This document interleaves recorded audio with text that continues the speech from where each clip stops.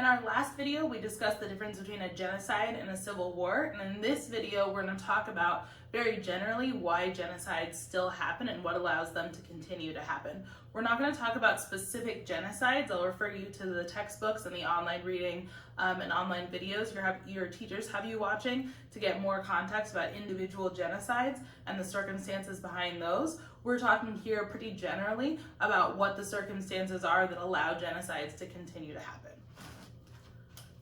The first thing that allows genocide to continue happening and to go unchecked sometimes is genocide denial.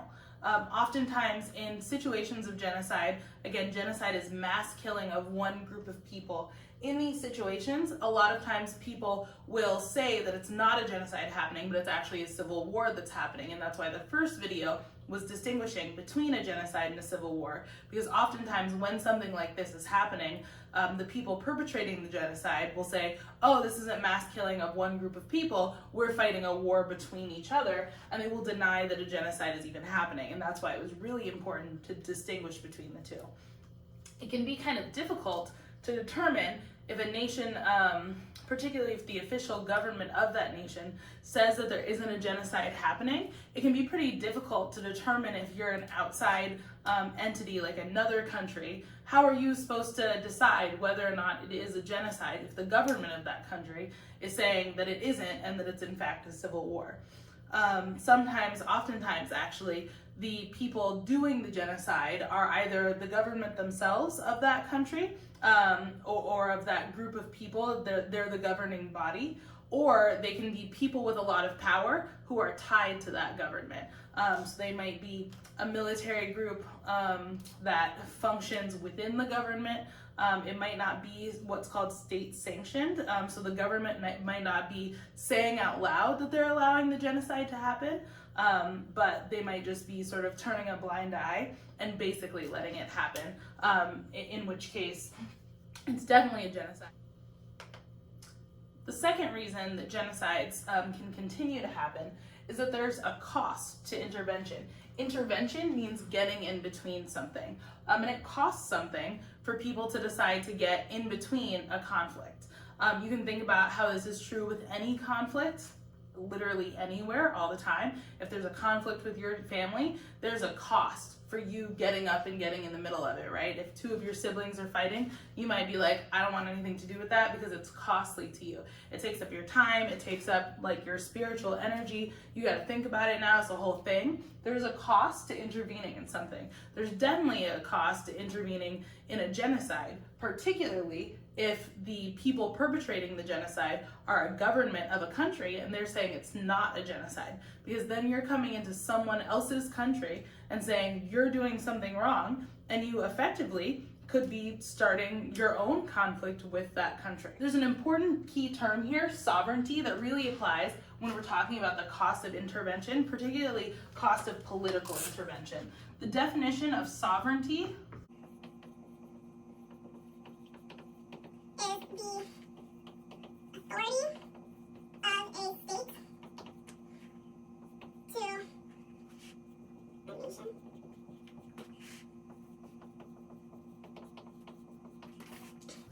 The definition of sovereignty is the authority of a state or nation to govern itself. So if something is sovereign, that means that it has the rights to manage itself. A sovereign nation is a nation or a country that isn't managed by someone else. There's no other ruler. It's not like Great Britain is ruling the United States. And so when you have sovereign nations ruling everything within their own borders, and they are saying, we can decide what goes on within our country, and then you have another country showing up and saying, hey, no, you're doing something wrong. What you're doing is a genocide. And they say, no, it's not. It's a civil war. Or no, it's not. Your numbers are wrong. No, it's not. That's not what's happening. And then the country that's coming in says, no, we're going to stop you. What you're doing is you're questioning the sovereignty of that nation. And that's a really big deal. Questioning the sovereignty of another nation is effectively challenging that nation's ability to govern itself and saying that they can't. That has big political ramifications. As you can imagine, if you ran a country and someone said, no, you can't manage this, you're doing it wrong, that could be a big deal and the kind of thing that that causes additional conflicts like war. The second cost of intervention to engaging in a genocide in another nation is the loss of life. So if we're saying a genocide is happening here, there needs to be some sort of intervention, we're going to intervene. What does it mean to intervene? Are you just going to stand there and say, stop the genocide, right? What if someone says it's not a genocide, it's a civil war? What if they say, we're a sovereign nation, we don't need to stop, so we're just not going? What does that mean? Sometimes that means war, and that's a huge deal. Sending your citizens into a war, even though they have either been drafted into the military or they've enlisted in the military themselves, sending your citizens to fight a war in another place is a really, really big decision, and people will. And the third cost of intervention is financial. War is really, really, really expensive, and we can do another video on why war is so expensive. Even a step below that, not just war, but keeping such a robust military that's prepared to engage in whatever degree of conflict is also incredibly expensive, and it's what the United States spends a ton of money on. And so there's a financial cost to intervention, even if it's not a full-scale war. Sending troops or sending any sort of military engagement to another place to try to put a stop to a genocide has a huge financial cost, as well as the political cost, and arguably most importantly, the loss of life. In this little graphic, you can see how the political loss of life and financial costs all play into this. So the citizens of country A, in a situation where they're considering intervening in a genocide, are sending soldiers and sending dollars to the genocide against citizens of country B in an effort to stop it.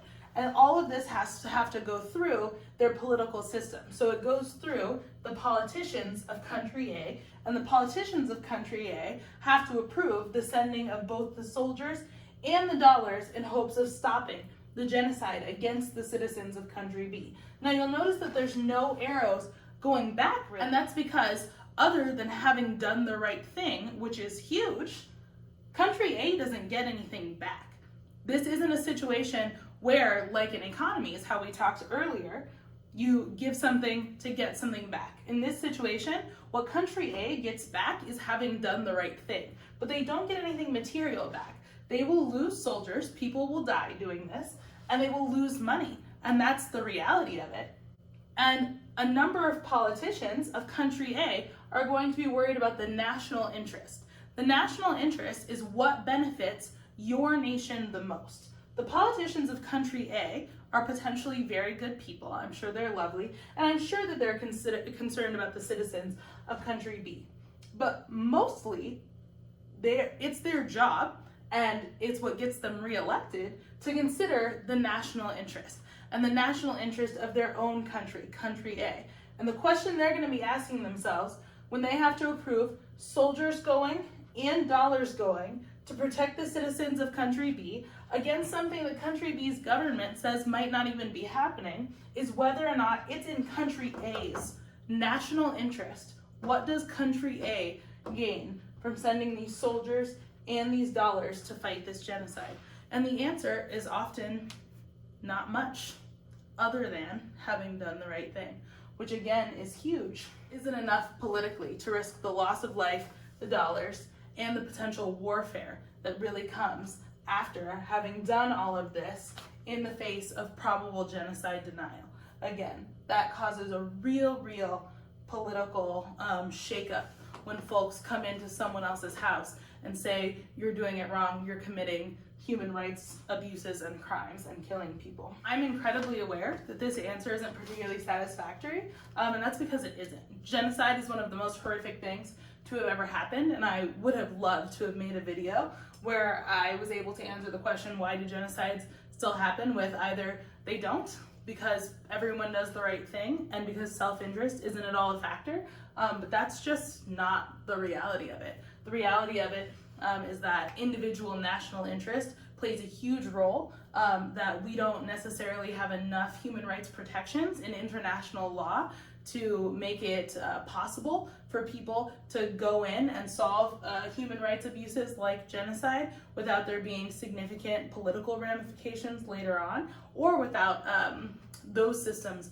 being abused as well. So it's incredibly complicated. It's really, really difficult to make these decisions when they come up. I'm not a career politician. I'm not in Congress. I don't make these decisions, and it's far more complex than this little chart or this short list of reasons.